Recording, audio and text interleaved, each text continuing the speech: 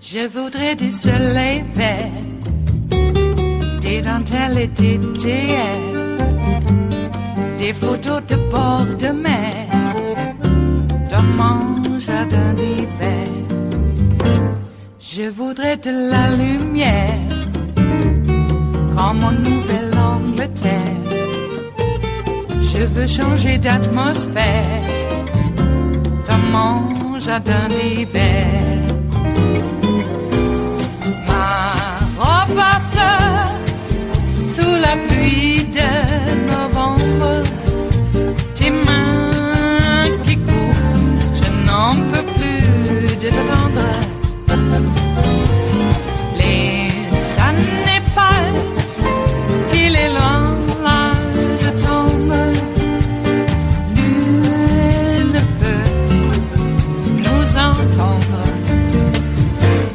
Je voudrais du Fred Astaire, revoir un Latinx. We are now 3 days away from the release of Attorney General William Barr's redacted version of the Mueller report. And tonight, the New York Times has breaking news related to the Mueller investigation. The New York Times is reporting, quote, congressional investigators on Monday issued subpoenas to Deutsche Bank and numerous other banks seeking information about President Trump's finances and the lender's business dealings with Russians, according to several people with knowledge of the investigation. The redacted version of the Mueller report, now scheduled to be released on Thursday, should have much to say, or at least something to say about that. We're not sure how much of that will be redacted. The congressional subpoenas issued today were from the House Intelligence Committee and the House Financial Services Committee. Also tonight, Politico reports that the chairman of the House Oversight Committee, Elijah Cummings, has issued a subpoena to the accounting firm of Mazars USA for 10 years of President Trump's financial records. A Justice Department spokesperson confirmed to NBC News today that a redacted version of Robert Mueller's report will be released on Thursday.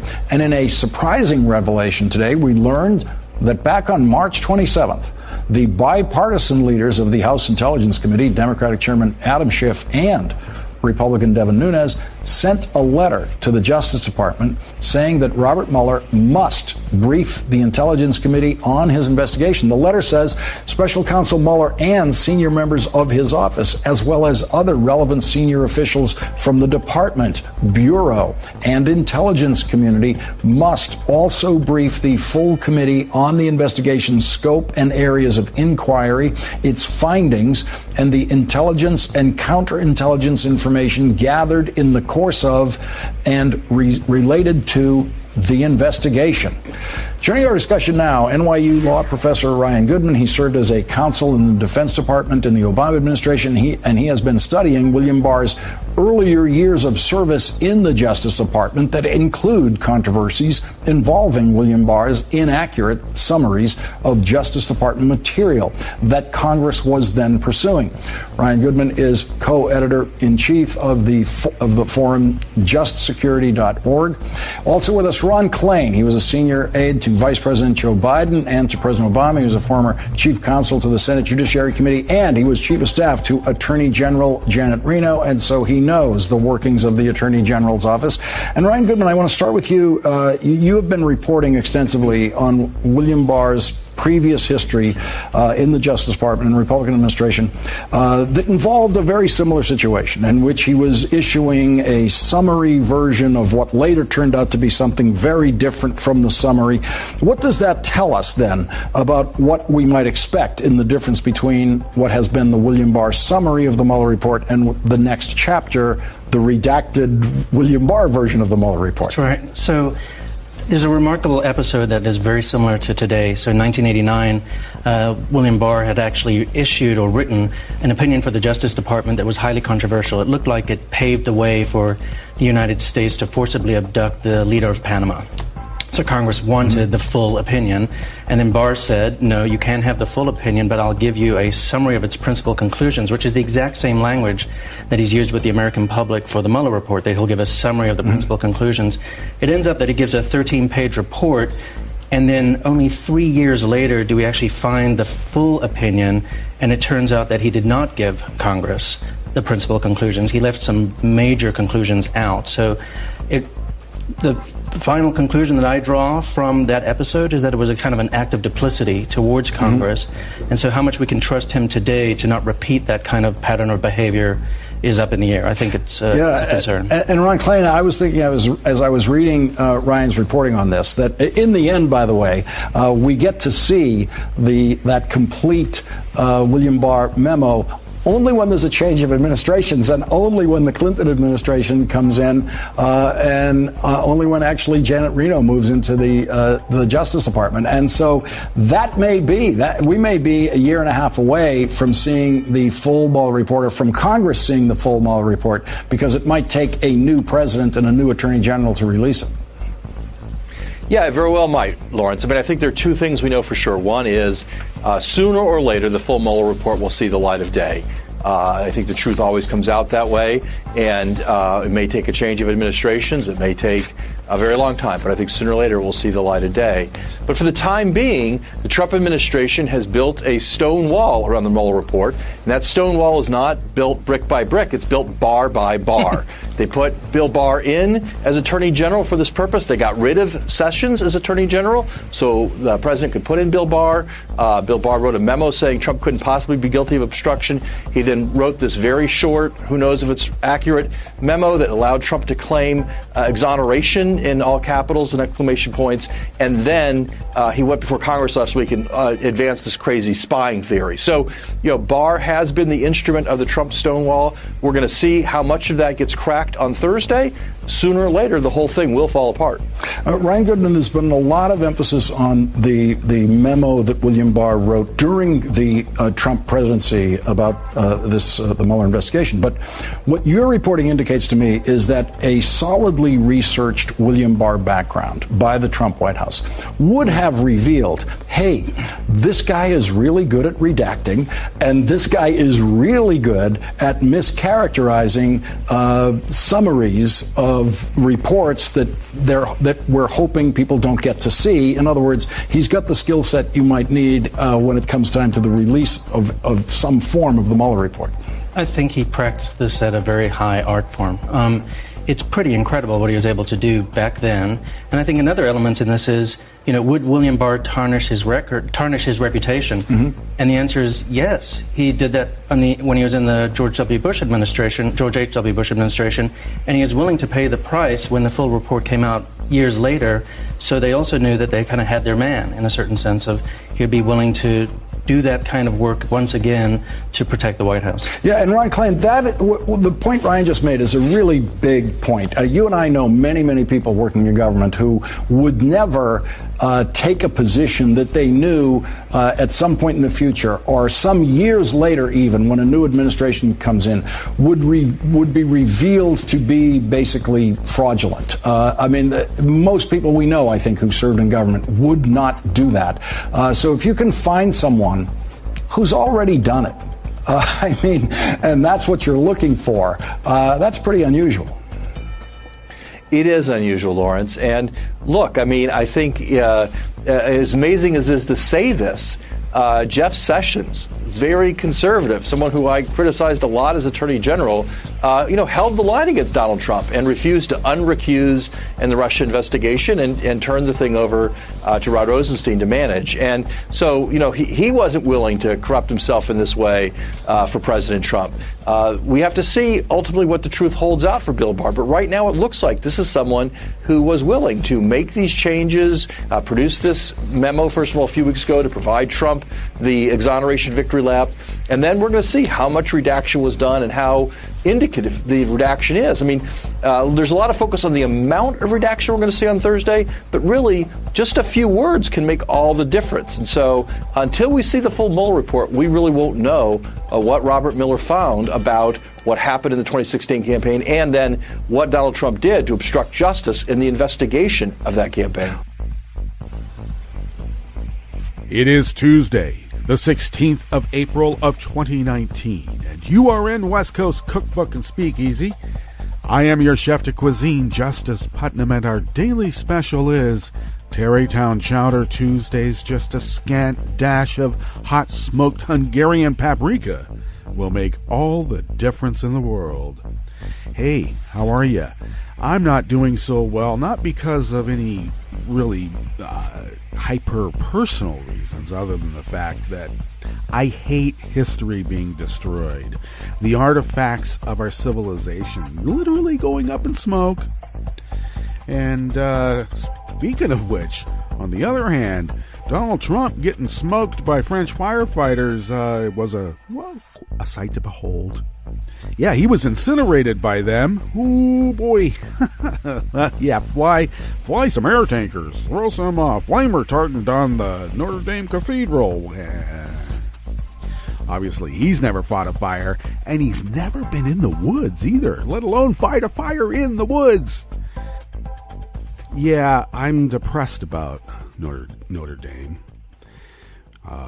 being destroyed as such. Of course, the stone, that will last, and that's fairly impervious.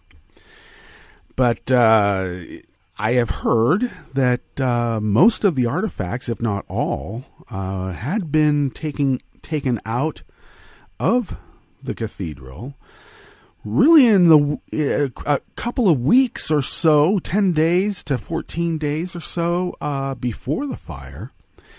A massive push on renovations had been approved and had just started. Now, the cathedral has been under renovation for quite a while. I mean, let's be clear, that scaffolding's been up for a long time.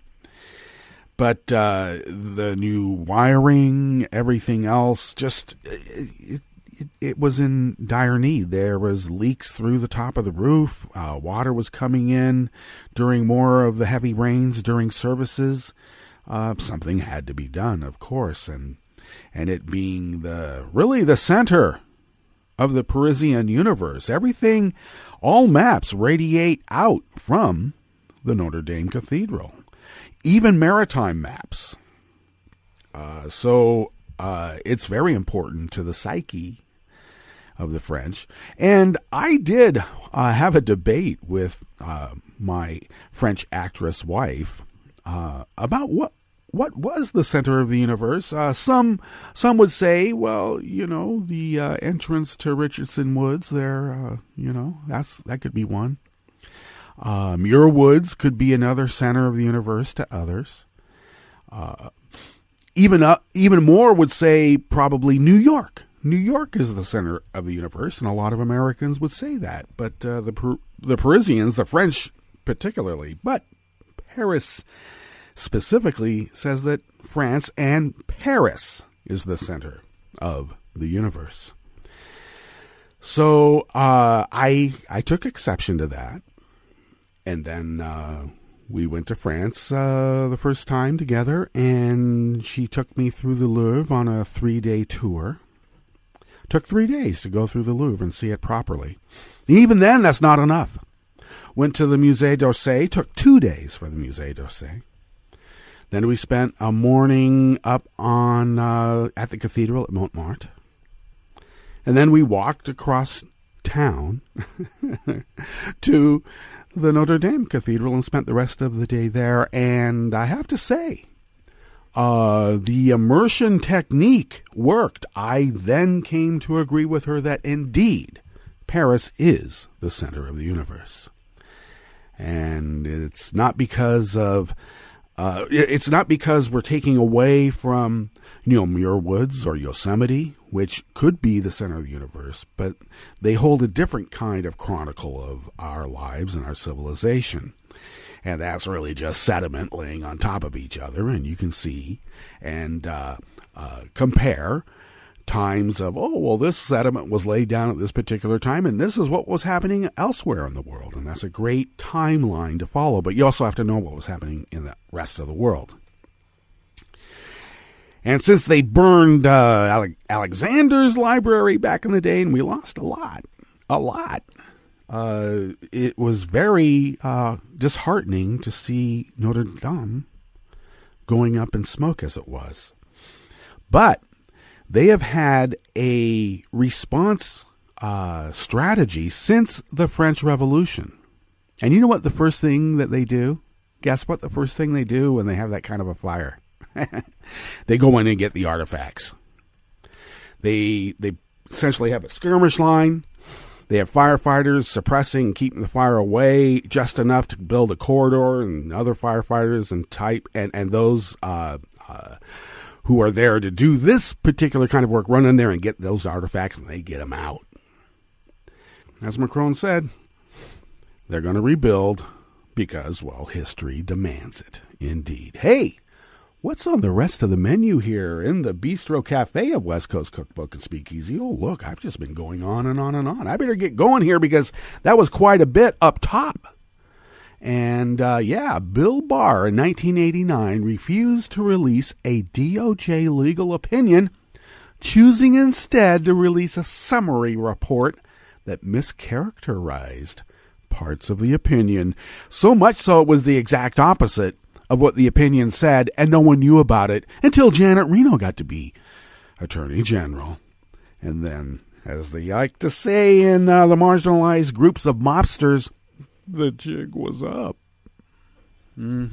Well, maybe we can get this guy out before that because he's got some ties to Alpha Bank and other Russian financial institutions. How many laundered rubles have been in your pockets, Bill Barr? I guess that explains the 19-page audition letter.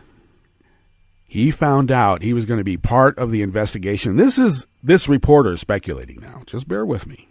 Did he find out that he could be part of this far-ranging investigation where they're finding out that most of the GOP, if not all, have laundered Russian rubles because everybody took NRA cash?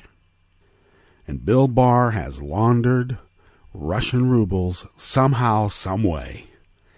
And to save his ass, he decided, man, I better get in where the getting is getting and stop this thing in its tracks. I know how to do it. I've done it before. And he did. On the rest of the menu, a majority of Republicans think evangelical Christians are more discriminated against than women, the elderly, the disabled, Muslims, and Black, Latinx, and LGBTQ people. That's right, evangelical Christians. I mean white evangelical Christians. Let's be clear. A California Congresswoman exposed Trump's disgusting, unhealthy tent city holding hundreds of asylum seekers, like moms and kids. And Stephen Miller is mad that immigrant legal residents are not being denied benefits fast enough. Of course, he hates brown and black people. He's stated as such since high school. That's why he's known as the Santa Monica Goebbels. After the break, we move to the chef's table, where Ecuador says hacking attempts on its government institutions doubled after it ended Assange's asylum. Well, of course. He's not just going to go out willingly. Look at the way they had to take him out. And 2 House panels issued subpoenas to Deutsche Bank and other financial institutions in the Trump probe. And Trump threatens to sue his accounting firm. If you give the government any information, you will be sued. Yeah, you can do it from a federal penitentiary cell on your commissary phone calls, Donnie. All that and more on West Coast Cookbook and Speakeasy. Bon appetit.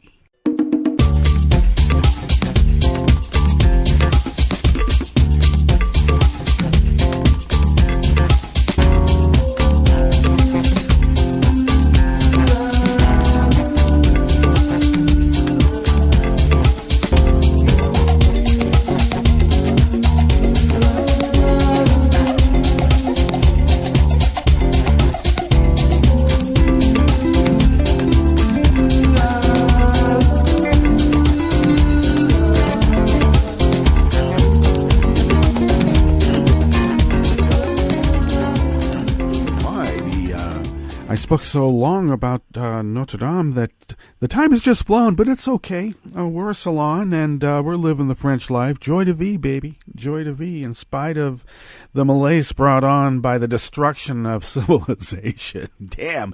If there was any group of people who knew more about how to live life while the whole world is collapsing around you, the French might be a good one. Okay? Check out the original version of Apocalypse Now, where they have the French having a dinner right in the middle of the Vietnamese jungle, and everything's falling apart around them. It was quite a... Coppola, you master, you. All right, I'm going on even longer. I got to stop doing this. We're a salon. We're going to take some time. We're going to go into our break. Excuse me. Go to the bottom of our homepage. The chat room link is on the rightish of the page. The Patreon link is at the leftish of the page. Do become a recurring Patreon of Netroots Radio. We're saving money for new equipment, and we have to pay our bills monthly. Every month they make you pay bills. If you would like to follow Netroots Radio on Twitter, do so at Netroots Radio. I'm on Twitter at Justice Putnam. I post the show notes and links diary about 10 minutes before showtime on Daily Co's and get that out on social media as quickly as possible. Follow the show on Twitter at Cookbook West. Pick up podcasts by way of Spreaker, Stitcher, TuneIn, iTunes, YouTube, iHeart, and wherever podcasts can be found. Okay. This first offering here in the Bistro Cafe of West Coast Cookbook and Speakeasy, Tarrytown Chowder Tuesdays, we cannot forget that, is by Luke Barnes out of Think Progress. Now, a majority of Republican and Republican-leaning voters believe evangelical Christians face more discrimination in society than women, Muslims, Black, Latinx, and LGBTQ people. And that's according to a new poll by the Pew Research Center. And they also think they're more discriminated against than, disabled people. Anybody. Now, we have to understand one thing. That it seems like possibly the Republican voters that were polled skew towards that white evangelical Christian belief and mindset. I don't know. Do we say that the Republican Party are white evangelical Christians and we're all the rest? I don't know. Well, according to the survey, there is a broad consensus that certain groups in America face persistent discrimination.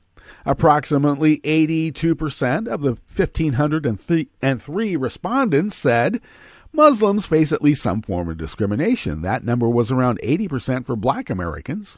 76% said Latinx people suffered some form of discrimination in society, and 75% said LGBTQ people faced at least some form of discrimination as well.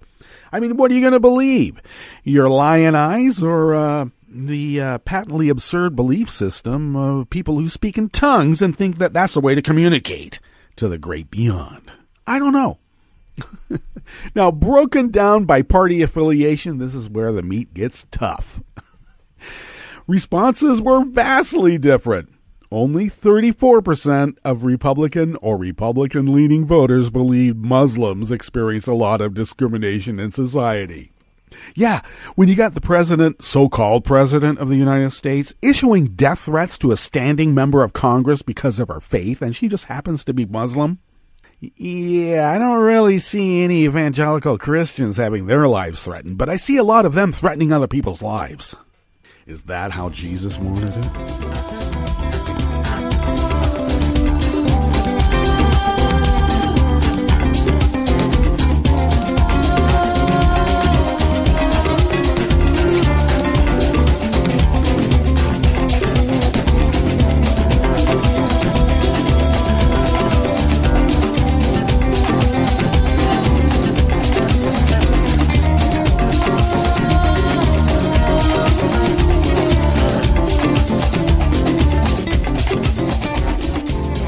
Dan Desai Martin of Share Blue Media brings us this next offering here in the Bistro Cafe of West Coast Cookbook and Speakeasy. Trump is concentrating immigrants in disgusting, heartbreaking conditions at a tent city near the El Paso, Texas border crossing, according to Representative Nanette Berrigan, Democrat of California. Berrigan shared what she saw in a Monday Daily Beast article. "We were stepping over people to walk around in the tent," Berrigan said. "I was really taken aback by the smell. I was in there for 5 minutes and I just became nauseous. I hate to say it," she added. The tent city, consisting of 5 army tents meant to be battlefield hospitals, holds hundreds of immigrant families, many of whom are seeking asylum. Of course, the Trump administration refuses to allow journalists to visit the tent city because this is a new kind of America and you better like it or else. Berrigan visited the tent city in early April, at the time saying she saw babies as young as 4 months old sleeping on the floor of a tent erected on an asphalt ground of a parking lot.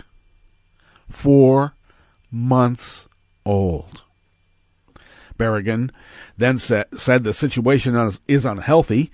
People are in a confined space. They're not getting showers. Their clothes are dirty. Babies are not getting their diapers like they should be. These ladies were crying and telling us their stories, and it was just heartbreaking, she added. Berrigan said there were no cots in the tents, and some babies rested their heads on their parents' legs to avoid the hard ground, while officials say they try to offer everyone a shower every 3 days. Berrigan spoke to one mother who had been detained for 5 days without one. Trump has repeatedly pushed for more cruelty in America's immigration system. For months, he championed a family separation policy that ripped children away from their parents. In recent weeks, he initiated a purge of the Department of Homeland Security, in part because of the lack of cruelty toward immigrants. Abject cruelty directed towards immigrants has been a hallmark of the Trump administration. The tent city in El Paso is just yet another way Trump is inflicting unnecessary pain upon some of the globe's most vulnerable people.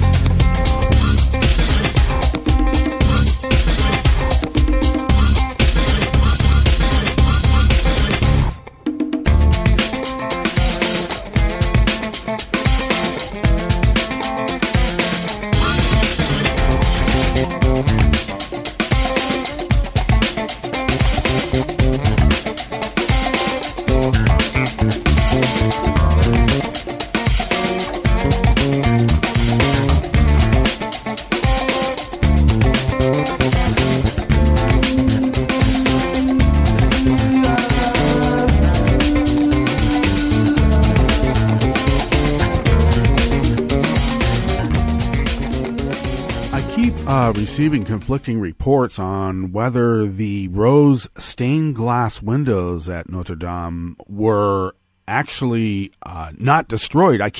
I've heard reports that the south window was, the north window not, but I've heard also reports from inside that have not been verified, of course, that it's just a mess, and more than just the south window was destroyed. So for now, apparently all of the rose windows, the stained glass windows, and I'll admit I'm a big fan of stained glass windows, especially the ones at Notre Dame, are saved. So we'll look more into that and update tomorrow. This final offering here in the Bistro Cafe, a West Coast Cookbook and Speakeasy, Tarrytown Chowder Tuesdays, is by Rebecca Intralgo out of Think Progress, which is very apropos since the Santa Monica Goebbels hates every Latin person in the world and every black person in the world. And if you have a mix of any of that, even Asian people, I mean, what is wrong with this guy? I know what's wrong. White House senior advisor Stephen Miller is openly berating top members of the Trump administration for failing to implement public charge, a proposed rule change that would deny residency status to immigrants who rely on public benefits. Okay. You ought to be working on this regulation all day, every day, Miller reportedly shouted during a meeting last month in the White House Situation Room. And that's according to the New York Times. And I have a beef with New York Times and one Vogel. What's up with you, buddy? Yeah, check out his slam job against Neera Tanden and calling her mom. And yeah, just check it out. So, okay, New York Times, why? Anyway, this thing about Miller, we can presume that they're doing reputable reportage here. In the weeks that follow the meeting, Miller has led a purge of top employees at the Department of Homeland Security, including former Secretary Kirstjen Nielsen, Sieg Heil, and acting Deputy Secretary Claire Grady. Oh, I'm sorry. For as long as Kirstjen Nielsen, Sieg Heil, will be in the public eye, in the public eye, every time that her name is mentioned, one has to, add on the adjoinder of a hearty Sieg Heil. So when you hear Kirstjen Nielsen, Sieg Heil, you then automatically say Sieg Heil. Okay, it's an honorific term, really. It truly is. Okay, also, Secret Service Director Randolph D. Ailes. Other agency officials include Francis Cisna, head of the UN Citizenship and Immigration Services, and John Mitnick, the department's general counsel, have been warned by the White House they may be next. In other words, Stephen Miller is saying, if you don't Nazi up, you're going to get your ass Nazi'd right out of here. Under the proposal announced last fall, DHS requires immigration caseworkers to take into account immigrants' reliance on public benefits like Section 8 housing or food assistance when considering applications for immigration visas like work visas or family-based visas or green cards. You know, it used to be that if there was an asylum seeker here, we would help them and maybe get them into a business, see, like a 7-Eleven. Let them get a footing in this society so that they can assimilate better, rather than set them apart and put them in icebox baby gulags. All right, let's get to our break. And when we come back from the break, we will go through weather from around the world and finish up with the stories that we've curated for you today. You are listening to West Coast Cookbook and Speakeasy, and we will be right back. You are listening to netrootsradio.com. Please hang up and try again.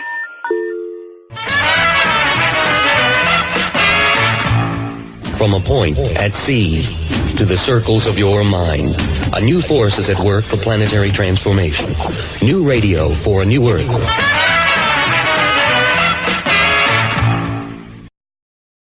This is Take Two Movie Review. I'm Mike Friend. This week, Unnecessary Lessons. What 9/11 and 7/7 were for their respective cities, the Lashkar-e-Taiba attacks in 2008 were for the Indian city of Mumbai. And it is painfully, even brutally, now recounted in the new Hotel Mumbai, named for the main, but not only target of those terrorists. As with most pictures like this, the story is built around a few victimized characters, some of whom emerge as heroes. Here we have wealthy newlyweds, played by Armie Hammer and Nazanin Boniadi, their infant child and nanny, plus a nasty Russian mobster oligarch, Jason Isaacs, and a resourceful Taj waiter, brought off by who else but Dev Patel. The terrorist characters are developed to some extent as well. The line director Anthony Moras must walk here as to portray them accurately without over-humanizing them for the sake of the still very much traumatized victims. While this limits illumination, we do see their comfort level with cell phones and modern weaponry, side by side with their amazement at flush toilets. We hear their doubts, but can see their clearly long past thinking for themselves. And there's one unseen character, a cell phone voice only, providing tactical direction and quote-unquote moral encouragement. If a measure of a movie is realism, Hotel Mumbai succeeds. It does have the issue of character survival time as a function of the actor's star power, but without spoilers, not to the extent of some similar projects. The emotive reaction to the displayed horror in a movie like this is obvious, but after so many incidents presaging so many movies, the question is begged as to the presence of a more significant point. There really isn't much of one in Hotel Mumbai, but it's a quality ride, and you will tense in your seat rooting for the heroes. This has been Take Two Movie Review. I'm Mike Friend. Catch up with us at Take2MovieReview.com and feed us back on our page on YouTube.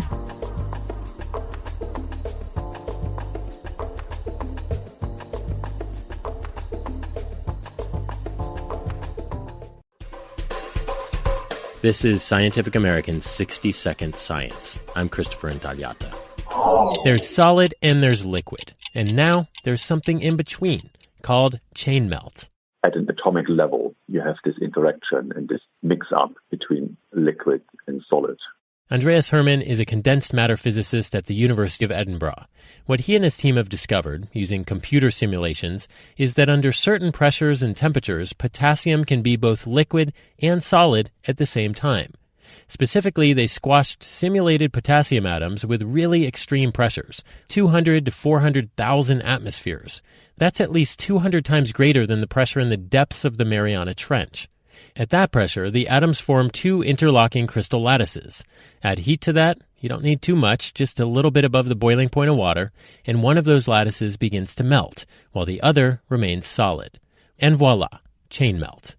The details are in the Proceedings of the National Academy of Sciences. Hermann says there's no reason to stop at potassium either. Half a dozen other elements have this crystal structure too. As for what we'll do with them, so we haven't really looked for any applications. It's quite fundamental research, I would say. One thing's for sure. Any real-world tests will face immense pressure. Thanks for listening. For Scientific American's 60-Second Science, I'm Christopher Intagliata.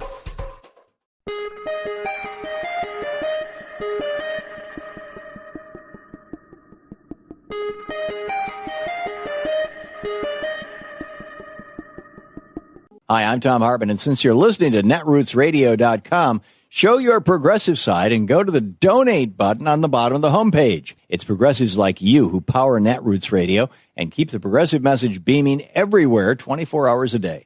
Just go to our donate button at the bottom of netrootsradio.com. Thank you for keeping progressive radio at full power.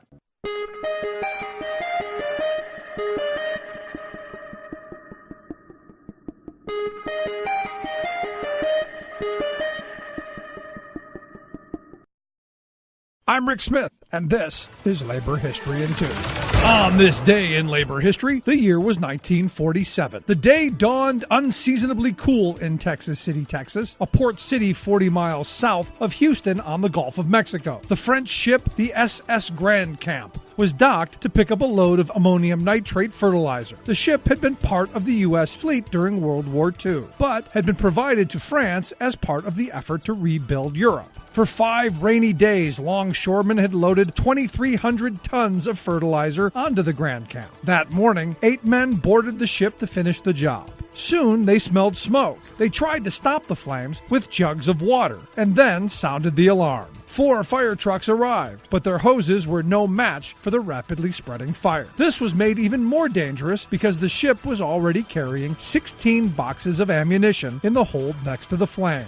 The longshoremen attempted to remove the 150-pound ammunition boxes. They only had managed to offload 3 before the first mate ordered them to leave, fearing an explosion. Not 50 minutes later, after the alarm had sounded, his fears were realized. Debris hurled nearly 3,000 feet in the air as the blast flattened buildings on the shore. A 15-foot tidal wave flooded the entire area. The blast killed the fire chief and 27 firefighters. Hundreds of men working on the docks and nearby warehouses were also killed. The blast was so violent that an exact death toll could never be determined. Estimates of the dead ranged between 500 and 600. In the aftermath of the disaster, new safety procedures were implemented to regulate the transportation of ammonium nitrate. Today, a memorial made from the anchor of the SS Grand Camp marks the site. Labor History in 2 brought to you by the Illinois Labor History Society and The Rick Smith Show. For more information, go to laborhistoryin2.com, like us on Facebook, and follow us on the Twitters at Labor History in 2.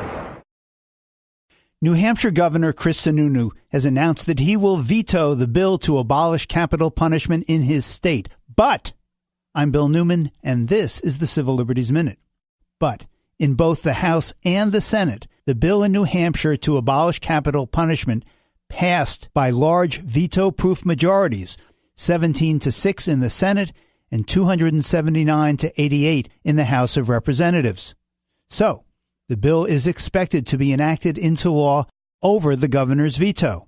The passage of the bill to end capital punishment will make New Hampshire the 21st state to abolish the death penalty. And bills to abolish or limit the death penalty are pending in 18 more states this year, and additional states have imposed a moratorium on executions. The death penalty, as we all know, is racist and expensive and ineffective and makes no one safer and rips apart the fabric of our society. It also makes mistakes, resulting in the conviction and execution of innocent people. So congratulations to New Hampshire on this victory for common sense, for safer communities, and for humanity, and for providing more sustenance to the abolitionist movement and more proof that the death penalty in America is dying. Not quickly enough, but it is. The Civil Liberties Minute is made possible by the ACLU because freedom can't protect itself. I read the news today, oh boy. It's time for Nicole Sandler's What's News from NicoleSandler.com and the Progressive Voices Network. The fire at the iconic 900-year-old Notre Dame Cathedral in Paris has been extinguished. It was a heartbreaking event as the world watched, via nonstop television coverage, the cathedral that survived plagues, a revolution, and the Nazis burn. Although the spire toppled as the roof collapsed into the church's interior, firefighters, after 9 hours of battle, managed to save Notre Dame's famed facade and towers and most of its invaluable works of art and artifacts. French President Emmanuel Macron vowed to rebuild and said an international donation plan would be started today to raise the funds. The ultimate document dump is coming on Thursday, the eve of Passover, Good Friday, Easter weekend, you get the idea, when most people are not paying attention to the news.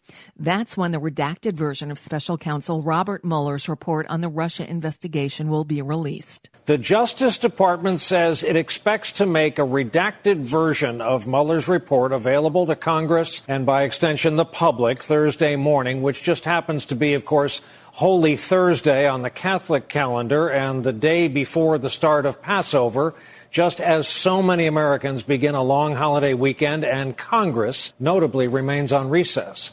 Days ago, Barr told Congress he does believe the Trump campaign was spied upon in 2016. The Washington Post puts it this way. The House Judiciary Committee is poised to issue a subpoena for the report's redacted portions. Bloomberg News writes the report's release, quote, may be the start of a legal clash with subpoenas from committees in the Democratic-controlled House that could go all the way to the Supreme Court. Tonight, Trump attorney Jay Sekulow is revealing some of the legal team's plans to respond to Mueller. He tells our colleague Hallie Jackson that the team met today to nail down plans to respond to the report. He says the lawyers will probably each be responsible for tackling a section of it, and that they are still deciding on whether to issue a counter report. Now, another member of the president's legal team, Rudy Giuliani, has been saying all along he's got a counter report ready to go. The New York Times has more on how Trump plans to respond, and we quote, Trump's plan of attack, aides said, is to act as if the report itself is extraneous to Mr. Barr's brief letter, and that he is purposefully escalating his language, people who know him said, expressly to enliven his base of supporters and to enrage his political rivals. Donald Trump has a primary challenger. Former Massachusetts governor and 2016 Libertarian Party vice presidential candidate Bill Weld says another 6 years of Trump would be a disaster. I'm announcing that I'm running for president of the United States as a Republican against President Trump in 2020. So you're hoping to take him on in the primaries? In the primaries. I really think if we have 6 more years of the same stuff we've had out of the White House the last 2 years, that would be a political tragedy, and I would fear for the Republic. So I would be ashamed of myself if I didn't raise my hand and run. Meanwhile, Bernie Sanders, who's leading in both the polls and in fundraising, took the fight into the lion's den Monday night by holding a town hall on Fox so-called news, where the audience appeared to be very receptive to his message, most notably on Medicare for All. There are estimates that some 30,000 Americans die every single year because they don't go to the doctor when they should. All right. Meanwhile, we pay the highest prices in the world for prescription drugs. 1 out of 5 Americans are getting ripped off by the drug companies who make billions in profits while charging us the highest prices in the world. And on top of all of that, we spend twice as much per capita on health care as do the people of any other nation. So the question that I throw back to you, do you think it makes sense to spend twice as much per capita as the people of any other nation and be the only country in the world not to guarantee health care to all people? Sanders also made good Monday on his promise to release 10 years of tax returns and used his Fox appearance to challenge Trump to do the same. Your taxes do show that you're a millionaire. You did make $1 million in 2016, 2017. You're right, the $561 in 2018. But your marginal tax rate was 26% because of President Trump's tax cuts. So why not say, I'm leading this revolution. I'm not going to take those. Come on, I paid the taxes that I owe. And by the way, why don't you got Donald Trump up here and ask him how much he pays in taxes? We will. Yeah, well, look, I am eagerly awaiting your doing that. Well, we'd love to have you. We would love to have you. That question. Get him up We there. absolutely And will. the president, I guess the president watches your network a little bit, right? Hey, President Trump, my wife and I just released 10 years. Please do the same. Let the American people know. Donald Trump continues his attacks on Representative Ilhan Omar, accusing the legislator of, quote, U.S. hate and saying she has control over House Speaker Nancy Pelosi. In the wake of Trump's misleading tweet Friday about Omar's previous 9/11 comments, Omar says she's been receiving a marked increase in death threats. I got good news. And that's just a bit of what's news for now. I'm Nicole Sandler. If you appreciate these reports and the Nicole Sandler Show, I hope you'll consider making a contribution. My work is 100% listener supported, and I can't do it without your help. Find out more at NicoleSandler.com/donate. From UN headquarters, I'm Luke Vargas with your World in 2 minutes. South Korean President Moon Jae-in proposed holding a 4th summit with North Korea's Kim Jong-un on Monday, saying the stage was set for further talks, even as diplomatic efforts championed by the United States reached an impasse in Hanoi in February. Moon and Kim have met 3 times in the last year, but many of their ambitious goals, like building a railway to connect the 2 countries, remain blocked by UN Security Council sanctions, which don't look to be going away anytime soon. You can, as we saw in December of 2018, have a nominal groundbreaking ceremony for the Inter-Korean Railway, but that won't really mean anything because you can't actually start construction. Christine Lee is an Asia-Pacific research associate at the Center for a New American Security and says without sanctions relief, further summits are looking a bit pointless, and that's put Moon in a tough spot considering that he won election on the promise of pursuing peace. Since his election, there was a sharp uptick in his popularity with the sort of initial outreach to North Korea and the goodwill built around the Olympics. And then since then, it's sort of deteriorated over time, and particularly after Hanoi, I think there's a sense that he's really grasping at straws. While Moon tried to stay upbeat on Monday, Daniel Snyder, a lecturer in international policy at Stanford University, thinks the South Korean president's offer to meet Kim anywhere, regardless of venue, suggests he's become desperate for the now stalled diplomatic process to resume. He's given up even this idea, which he had cherished as being sort of a centerpiece of his own engagement strategy with the North, that Kim would come to Seoul, which is something that the North Koreans promised to do way back in 2000, and they've never done it. It would be a really signal moment.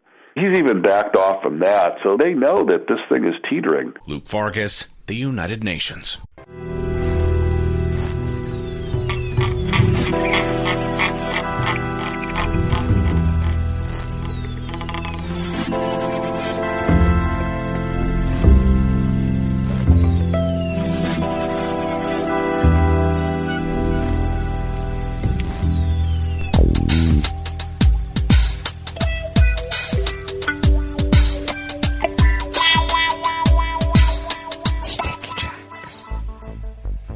Thank you for accompanying us here to the Chef's Table at West Coast Cookbook and Speakeasy, Tarrytown Chowder Tuesdays. We always begin weather from around the world along the banks of the Rogue River, in the Rogue River Valley of Southern Oregon on the west coast of the continental United States of America, where it is currently 47 degrees Fahrenheit, a little chilly. We are expected to go to a high of about 64 to 67 degrees. Overnight lows in the low 50s, upper 40s, and then an expected high of mid-70s tomorrow. And then on Thursday, we're looking at a high of somewhere around 80 to 82. And then inching back down into the 70s, the 60s, and then holding in the mid-60s for, several days, or if not more. So a little bit warmer. I don't know how much of a drying out period that means because humidity is still high. We're under cloudy conditions currently. Winds are out of the west-southwest, light and variable, about 1 to 2 miles per hour. We'll pick up tonight out of the west. It's remaining out of the west-southwest, but at 5 to 10 miles per hour, decreasing out of the same direction to light and variable tomorrow. So calm days relatively, winds a little bit at the normal time when the sun goes down, and that should be nice. I get to do some more work in the gardens. Grass pollen is considered moderate. I was wondering how come my neighbors, when they came to visit yesterday, were sneezing. Air quality index is good at 18 parts per million, though the daytime UV index is in the cautionary moderate range at 4, even though we have those cloudy conditions. Not taking out enough of the UV, apparently. Barometric pressure is holding steady at 29.75 inches. Visibility is at 6 miles, and relative humidity is at 95%. So I don't know how much drying out we will be having, since that seems rather humid to me. Weather from around the world is brought to you by people's personal weather stations that they purchased. These people planted these purchased personal weather stations somewhere on their property, and these people positively live around the world. London is 62 and partly cloudy. Paris is 56 and cloudy. Rome, 64 degrees and fair. Kiev is 48 and cloudy. Kabul is 48 and mostly cloudy. Hong Kong is 69 and fair. Tokyo is 60 degrees and partly cloudy. Sydney, Australia is 64 degrees and partly cloudy. San Francisco, California is 49 degrees Fahrenheit. And this is getting boring. They're partly cloudy too. But you know what?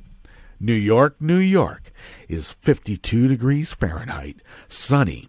But you have a gale warning, and that'll stir things up, as it always does. And that is weather from around the world, brought to you by people's personal weather stations that they purchased.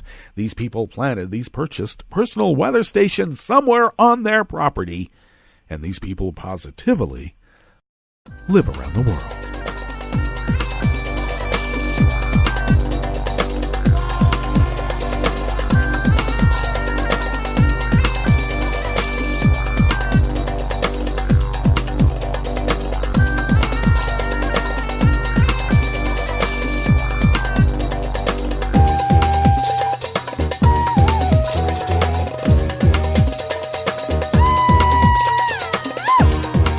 Anonymous worker bees at Reuters bring us this first amuse-bouche here at the Chef's Table at West Coast Cookbook and Speakeasy. Hacking attempts on Ecuadorian government institutions have doubled since the country revoked WikiLeaks founder Julian Assange's asylum at his London embassy last week.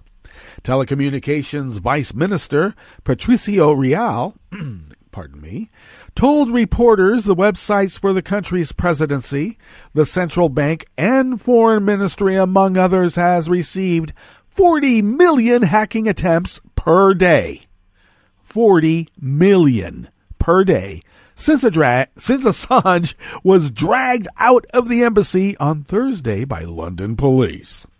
Assange took refuge in the embassy in 2012 to avoid extradition to Sweden in a sexual assault investigation. And I got to say, the guy's a little kinky. Look it up. Rial did not attribute the hacking attempts to any group in particular. Oh, let me just say, when I say kinky, I mean this guy has a propensity to force unprotected sex on women that he just met. Rial did not attribute the hacking attempts to any group in particular and said it would be difficult to identify the hackers. But he said the hacking group Anonymous, which has taken credit for cyber attacks on government institutions in the United States and Britain, had made a threat. During the afternoon of April 11th, we jumped from 51st to 31st place worldwide in terms of volume of cyber attacks, Rial said. After his arrest, U.S. prosecutors announced charges against Assange for allegedly conspiring with former Army intelligence analyst Chelsea Manning to gain access to a government computer as part of one of the largest compromises of classified information in U.S. history. Rial said the hacking attempts had not led to the theft of any government data, but had made it difficult for employees and citizens to access accounts on the site. He added that the South American country would receive cybersecurity assistance. On Saturday, an Ecuadorian judge ordered a Swedish citizen close to Assange jailed pending trial for alleged involvement in hacking government computer systems. Interior Minister Maria Paula Romo has said the government has identified 2 Russian hackers living in Ecuador, though they have not yet been arrested.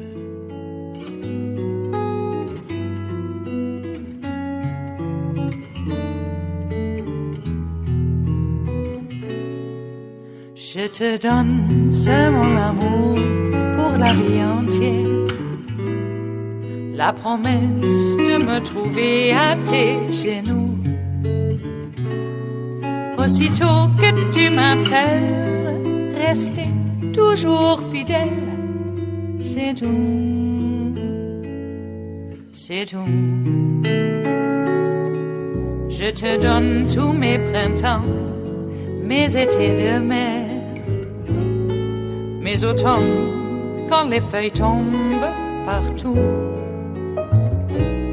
Si ce n'est pas une bonne affaire, je te donne tous mes hivers, c'est tout. And even more anonymous worker bees at Reuters bring us this final amuse-bouche here at the chef's table at West Coast Cookbook and Speakeasy, Tarrytown Chowder Tuesdays. 2 U.S. House of Representatives committees have issued subpoenas to multiple financial institutions, including Deutsche Bank AG, for information on Donald Trump's finances, the panel's Democratic leaders said yesterday, Monday. The potential use of the U.S. financial system for illicit purposes is a very serious concern. The Financial Services Committee is exploring these matters, including as they may involve the president and his associates as thoroughly as possible. Maxine Waters, the committee's chair, said in a statement. House Intelligence Committee Chairman Adam Schiff said in a statement the subpoenas issued included a friendly subpoena to Deutsche Bank. Oh, friendly now. A 2018 financial disclosure form showed liabilities for Trump of at least $130 million to Deutsche Bank Trust Company Americas, a unit of the German bank. They are for properties including the Trump International Hotel in the former post office in Washington, D.C. Deutsche Bank said in January, shortly after Democrats took control of the House, that it had received an inquiry from the 2 committees on its ties to the Republican president. Schiff said Deutsche Bank had been cooperative. We look forward to the continued cooperation and compliance, he said. Carrie McHugh, a Deutsche Bank spokeswoman, said the bank was engaged in a productive dialogue. We remain committed to providing appropriate information to all authorized investigations in a manner consistent with our legal obligations. Yes, I would like to know how it is that Anthony Kennedy's son, a vice president, by the way, of Deutsche Bank, where was his involvement? Was a Supreme Court justice seat bought somehow? Was there a quid pro quo? We can only speculate, because we are at the end of our broadcast period for the day. But Netroots Radio broadcasts on. You know they will. We're going to meet up tomorrow for Smothered Benedict Wednesdays, and don't we need to? And do stay tuned to Netroots Radio all day and all night for all the breaking news as it breaks. And we'll meet up here tomorrow, right here in West Coast Cookbook and Speakeasy. Bon appetit.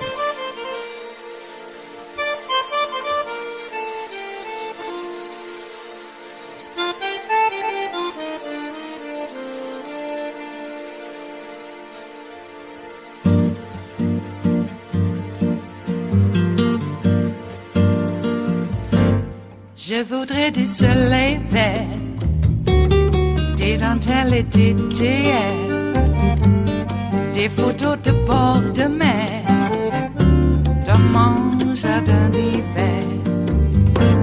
Je voudrais de la lumière, comme en Nouvelle-Angleterre. Je veux changer d'atmosphère, dans mon jardin d'hiver. Ma fleur sous la pluie de novembre, tes mains qui courent, je n'en peux plus de t'attendre. Les années passent, il est loin, là je tombe. Nul ne peut nous entendre. Je voudrais du Fred Astaire, revoir un latte goël. Je voudrais toujours te plaire dans mon jardin d'hiver. Je veux déjeuner par terre, comme au long de golfe clair. T'embrasser les yeux ouverts dans mon jardin d'hiver.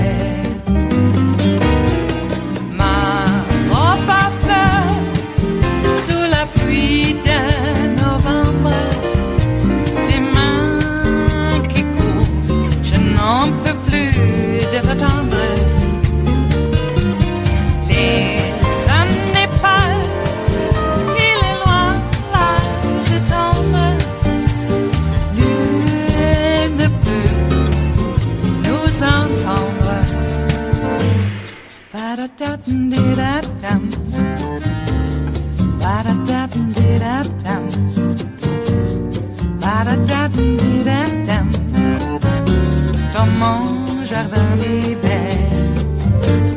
Ba-da-da-dum-di-da-dum. Ba-da-da-dum-di-da-dum. Ba-da-da-dum-di-da-dum. Dans mon jardin d'hiver. Dans mon jardin d'hiver. Dans mon jardin d'hiver.